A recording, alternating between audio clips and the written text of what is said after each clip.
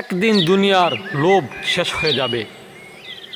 একদিন দুনিয়ার সকল চাওয়া পাওয়া শেষ হয়ে যাবে। একদিন হায়াতের ভান্ডার শেষ হয়ে যাবে। একদিন সত্যি সত্যি মৃত্যু এসে যাবে।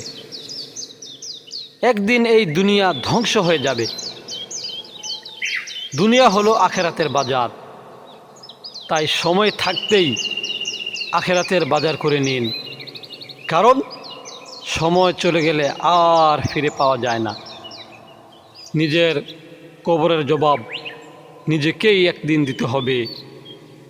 তাই জান্নাত পাওয়ার জন্য নিজেকে আল্লাহর রাস্তায় ধাবিত করুন, কারণ আল্লাহর আযাব, আল্লাহর জাহান্নাম খুব ভয়াবহ এবং খুব কষ্টের। দুনিয়ার পাপ দুনিয়া থেকেই মোচন করে যান।